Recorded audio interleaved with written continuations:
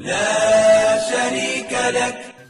हाल ही में प्रधानमंत्री ने टूरिस्ट के लिए वाराणसी में एमवी गंगा क्रूज की शुरुआत की, जिसको लेकर महाराष्ट्र के मुंबई के माहिम रेसिडेंट्स ने अकबरी जहाज की याद दिलाई और ये मांग की कि अकबरी जहाज को दोबारा शुरू करना चाहिए। हम अपने व्यूअर्स को थोड़ी सी जानकारी देना चाहेंगे कि अकबरी जहाज है क्या। दोस्तों 1972 में एमवी अकबरी जहाज बनाया गया था, जो हाजियों के लिए हज पर आने जाने का जरिया बना। उस वक्त ये समुद्री जहाज हज पर जाने वाले लोगों के लिए एक मुअज्जज़ साबित हुआ। वजह ये थी कि उस वक्त इसका किराया तकरीबन 500 से 1000 रुपये हुआ करता था और इसका सफर 10 से 12 दिनों में तय किया जाता था और इस जहाज में तकरीबन 1600 लोग सफर करते थे। क्योंकि उस वक्त हवाई जहाज का तकव्वुर नहीं था, क्योंकि हवाई जहाज की टिकट लेना हर किसी के बस में नहीं होता था। दोस्तों लेकिन जैसे जैसे दौर तरक्की करता गया, चीज़ें बदलती गई और लोगों ने आसानी और वक्त बचाने के लिए हवाई जहाज का इस्तेमाल शुरू कर दिया और रफ्ता रफ्ता हवाई जहाज से सफ़र करने की तादाद बढ़ने लगी और यहाँ अकबरी जहाज पर हाजियों की तादाद कम होने लगी, जिसकी वजह से मजबूरन 1995 में सरकार ने अकबरी जहाज को बंद कर दिया। लेकिन अब फिर से एक बार मुंबई की कई तंजीमों ने इस अकबरी जहाज को फिर से लाने की मांग कर रहे हैं।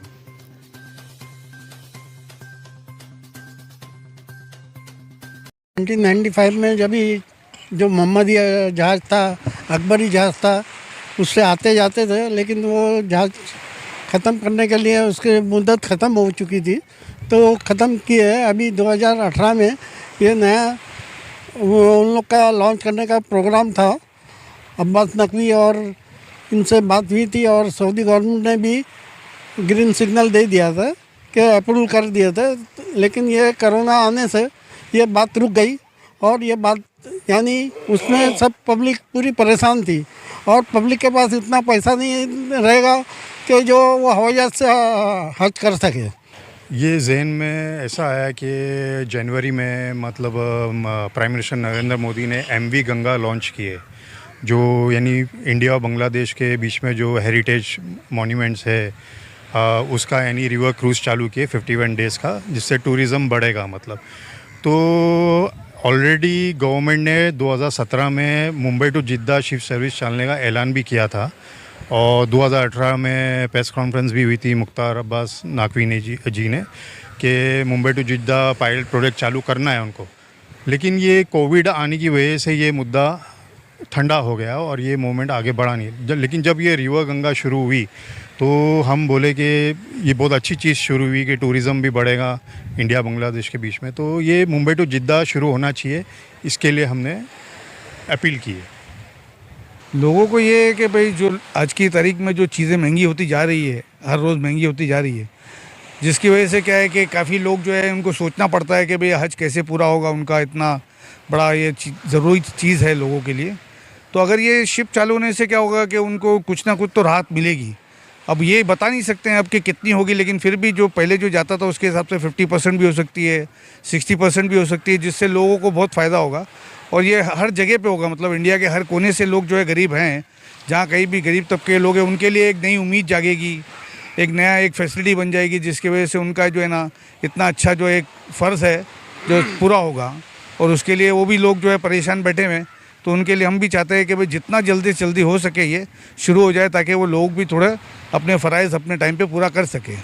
देखिए, हम prime minister of India Narendra Modi से अपील करते हैं और chief minister of Maharashtra Eknath Shinde, deputy CM Devendra Fadnavis से अपील करते हैं कि ये जो प्रपोज़ल गवर्नमेंट ही चाहती थी ये शुरू हुए, तो ये इम्प्लीमेंट नहीं हुआ, तो ये जल्द से जल्द इम्प्लीमेंट किया जाए।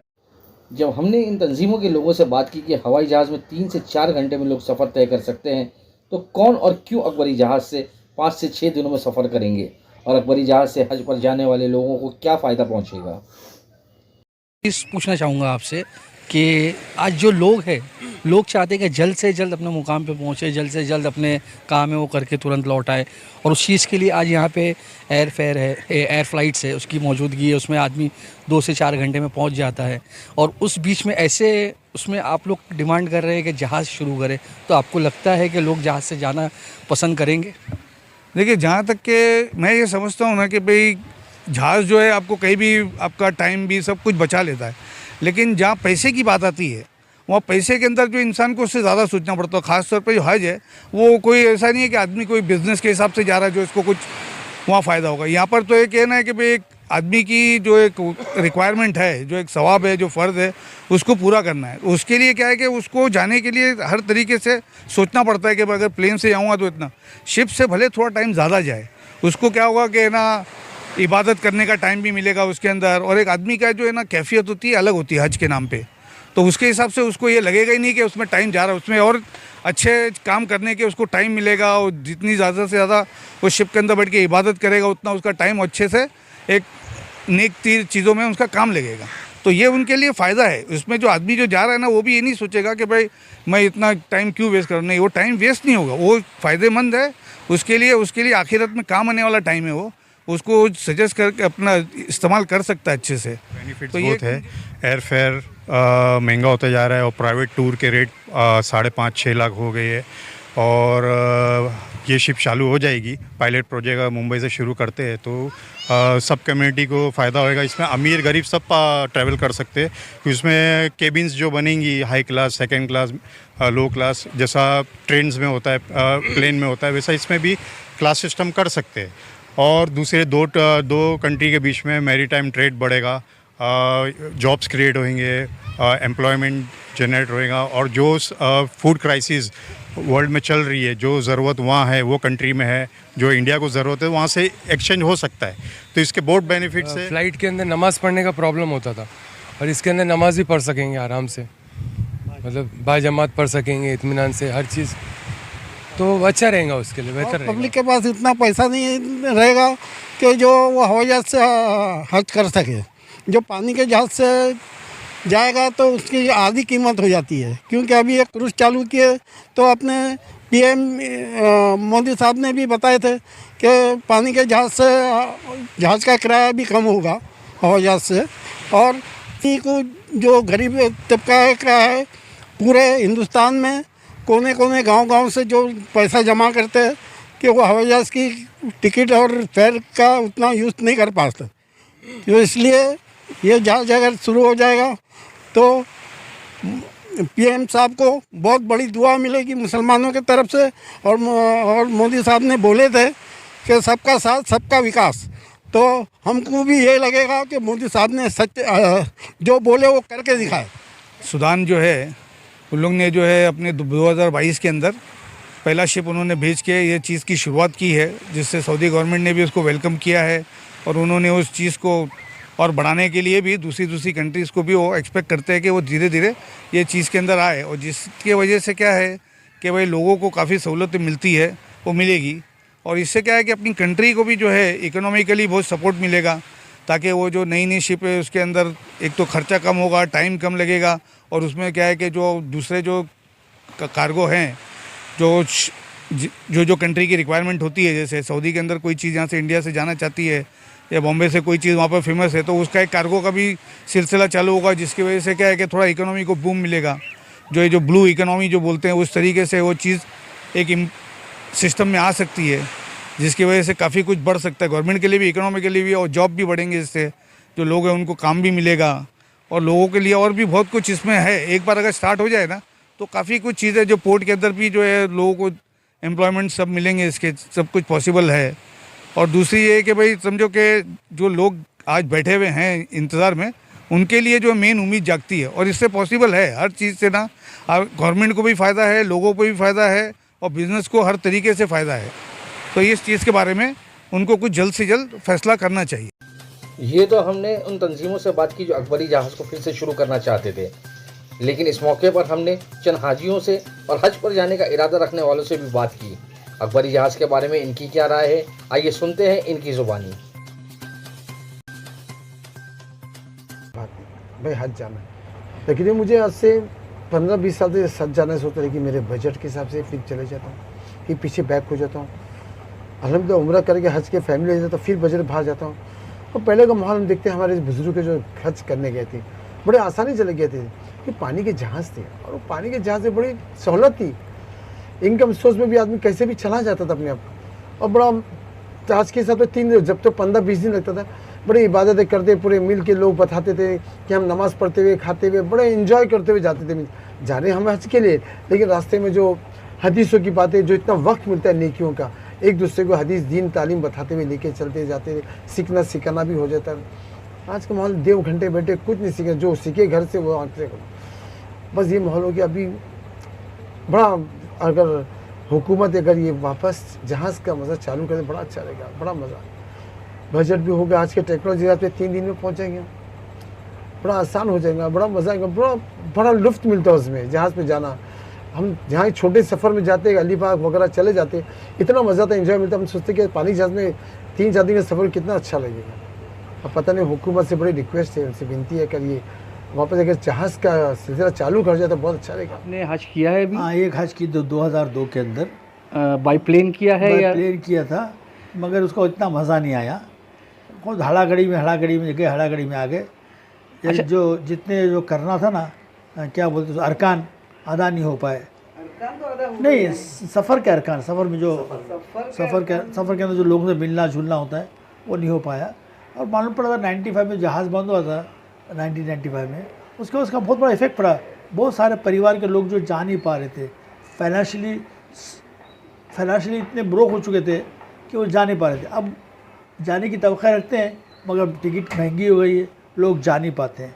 अब टिकट अगर कायदे की रहेगी तो पॉसिबल नहीं है। इसके लिए अगर पानी का जहाज़ जो बंद हुआ था 95 में, अगर ये वापस कोई स्टार्ट करते तो बुरा नहीं, अच्छा ही है, लोगों को फ़ायदा होगा इसके अंदर, लोग पूरे अपने होश से जा सकते हैं। किस तरीके के बेनिफिट होंगे पानी के जहाज़ से चालू होने से? पहली बात तो है कि एक तो पैसे के हिसाब से होगा, दूसरा उनको बहुत अच्छा मौका मिलता है सीखने सिखाने का। जो मौलवी वहाँ सिखाता है वो अपने एक शॉर्ट पीरियड में सिखाता है वो, मगर यहाँ 1 दिन 2 दिन का सफ़र है, इसमें जो सिखाएगा मौलवी तो पूरे वो अरकान को अदा कर सकते हैं वहाँ पर। और लोगों की गैदरिंग होती है, मिलते जुलते, बड़ा अच्छा लगता है उसके अंदर। वो ट्रैवल में भी मज़ा आता है, समुद्री ट्रैवल का मज़ा जो है, आगे कुछ बोलिएगा? सफ़र ये तो 3 घंटे में तो नेचर देखने मिलेगा आपको उसके अंदर, पूरा नेचर देखने मिलता है यार। और पानी का सफ़र रहेगा बहुत पुराना। उस वक्त था भी बहुत लेट पहुँचता था, अब की नई टेक्नोलॉजी के हिसाब से 3 दिन में या 2 दिन में पहुँचने वाला है, तो इसमें और भी बेनिफिट रहेगा लोगों को। अगर एक जहाज़ खुलने से कई लोगों का फ़ायदा है, लोगों की नौकरी मिल जाएंगी, जो बेकार बैठे हुए उनको जॉब मिल जाता है, इकोनॉमी बढ़ जाती है, फिर लोडिंग अनलोडिंग कार्गो, कितने फ़ायदे हो जाते हैं इसमें। जो जितने बेटर, मैं समझता हूँ कि 40% तो जो बेकार बैठे जिन लोगों को जॉब मिल जाएगा, ये अपनी नौकरी पर लग जाएंगे। जब ये बड़ा प्यारा इकोनॉमी हो जाएगा, ये पता नहीं खुल जाए तो बड़ी विनती है, खुल जाए तो बहुत अच्छा रहेगा। पानी के जहाज़ से अगर जाएंगे तो बहुत सारे रास्ते में अलग अलग कंट्रीज़ भी हमको देखने मिलेंगे, सिटीज़ भी देखने मिलेंगे, और बहुत सारे लोगों को वहाँ पे बहुत सारा व्यापार के हिसाब से भी लोगों को मज़ा आएगा। तो लोगों को काम मिलेगा उसके अंदर से, बहुत सारी दुकानें खुलेंगी तो बहुत सारे लोगों को उसकी वजह से जॉब मिलेगा, और ऐसे बहुत सारे फ़ायदे हो जाएंगे। और एक सफ़र का मज़ा भी अलग होता है, पानी के सफ़र का मज़ा। प्लेन में तो 2-3 घंटे में हम पहुँच जाते हैं, मगर ये तो 3 दिन या 4 दिन लगेंगे, तो बहुत मज़ा आएगा। ये सफ़र का होना चाहिए। लोगों को जॉबलेस जो है वो जॉब वाले हो जाएंगे। मैं आपसे एक सवाल पूछना चाहूँगा जी, कि आज लोगों की ऐसी मेंटालिटी हो गई है कि लोग जल्द से जल्द अपने मुकाम पे पहुंचना चाहते हैं। अगर आज जहाज़, पानी के जहाज़ से लोग जाएंगे, सफ़र करेंगे हज के लिए, कम से कम 3 से 4 दिन लगेंगे, और वहीं अगर आज आप हवाई जहाज़ से जाते हैं तो वो चीज़ 3 घंटे में आप पहुँच जाते हैं। तो इस पर आप क्या कहेंगे, और आप किस से जाना प्रेफर करेंगे? मैं मतलब जहाज़ पे जाना पसंद करता हूँ। ये बजट है भाई। आज मैं समझता हूँ मिडिल क्लास जो 97% मिडिल क्लास, 3% जो प्रीफर करते जहाँ प्लेन से जाना, हवाई जहाज़। बाकी लोगों के कहाँ है इतनी हैसियत। अगर जहाज़ खुलते मैं समझता हूँ गवर्नमेंट के लिए भी बहुत अच्छा हो जाएगा। हमारे लिए बहुत अच्छा है, देश के लिए बहुत अच्छा हो जाएगा। लेकिन मैं तो प्रेफर करता हूँ कि मैं जहाज़ में जाऊँ, कि मेरे बजट में आ जाएगा भाई। 3 घंटे के सफ़र में वो मज़ा नहीं आता है, वो तो जान मुट्ठी में लेके बैठे रहते, मगर ये सफ़र में तो वो अलग ही मज़ा आएगा। तो भले टाइम लगेगा, 2-3 दिन लगेंगे इसके अंदर, टाइम नहीं बचेगा, मगर ये टाइम सही यूटिलाइज होगा। हम लोगों बहुत सारे लोगों को मेन तो काम मिलेगा और सफ़र करने वालों को बड़ा मज़ा मिलेगा इसके अंदर। जिनको पानी का सफ़र करने का शौक़ है वो बहुत खुश हो जाएंगे इस तरह से, और पैसा भी बचेगा। ट्रैवल में आज हज करने के लिए जाने के लिए 4-5 लाख रुपए कम से कम लगता है। अगर उसमें कोई इस जहाज़ से, अगर पानी की जहाज़ से जाने से अगर कुछ उसमें कमी होती है तो बहुत फ़ायदा है इसके अंदर लोगों का। बहुत सारे लोग इसका फ़ायदा उठा के जो पैसों की वजह से नहीं कर पा रहे वो भी सफ़र करने की ज़रूर कोशिश करेंगे। हमारी तो ये सोच है कि लोगों के पास आज इतना वक्त नहीं है जितना वक्त अकबरी जहाज़ को दरकार है। फ़ायदा तो दोनों तरफ से है, समुद्री जहाज़ से भी और हवाई जहाज़ से भी। अब ये हज कमेटी और मुस्लिम तंजीमों को तय करना होगा कि हाजियों को अकबरी जहाज़ से ज़्यादा फ़ायदा पहुंचेगा या हवाई जहाज़ से। देश भर की खबरों के लिए हमारे साथ में बने रहिएगा और देखते रहिएगा खबरें एक्सप्रेस न्यूज़।